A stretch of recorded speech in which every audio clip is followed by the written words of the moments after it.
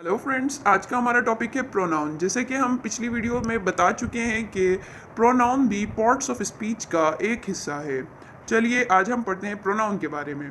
Introduction of pronoun. The word pronoun. चलिए मैं आज आपको बताता हूँ कि प्रोनाउन होता क्या है। The word pronoun is made up of two words.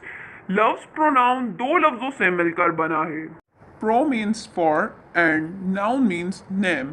Pro मतलब के लिए और नाउन मतलब नाम। इसका मतलब ये है कि हम प्रोनाउन को नाउन की जगह रिप्लेस कर सकते हैं या प्रोनाउन को नाउन की जगह हम इस्तेमाल कर सकते हैं। For example, the definition of pronoun is it stands for a noun. इसका मतलब ये है कि प्रोनाउन नाउन की जगह खड़ा होता है। यहाँ हम एग्जाम्पल की तरफ देखें तो यहाँ लिखा हुआ है अयान इज सो इंटेलिजेंट। यहाँ पर अयान एक नाउन है जिसको रिप्लेस कर रहा है नीचे वाले सेंटेंस के अंदर ही बना जो भी किसी नाउन को रिप्लेस करे वो कहलाता है प्रोनाउन। सारा इज अ बैड गर्ल। यहाँ पर शी सारा को रिप्लेस कर रहा है। How many pronouns are there? There are 7 pronouns given below. Number 1, I the speaker. I का मतलब होता है मैं खुद, और we the speaker and someone else. We means हम।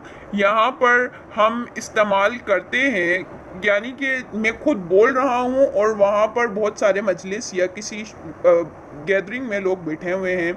You the person spoken to यानी कि मैं किसी और से मुखातिब हूँ। ही अ मेल पर्सन यानी कि एक मेल के लिए इस्तेमाल होता है। शी अ फीमेल पर्सन यानी कि एक औरत की जगह इस्तेमाल होता है। It's a thing, a situation और एन आइडिया। इट इस्तेमाल होता है एक चीज़ के लिए, एक सिचुएशन के लिए या एक आइडिया के लिए। They is the plural of he she it and means people और थिंग। दे इस्तेमाल होता है किसी मजमूए के लिए। For any question you can ask on comments. Subscribe to our YouTube channel for more incoming video like this. Like, comment, share to our videos.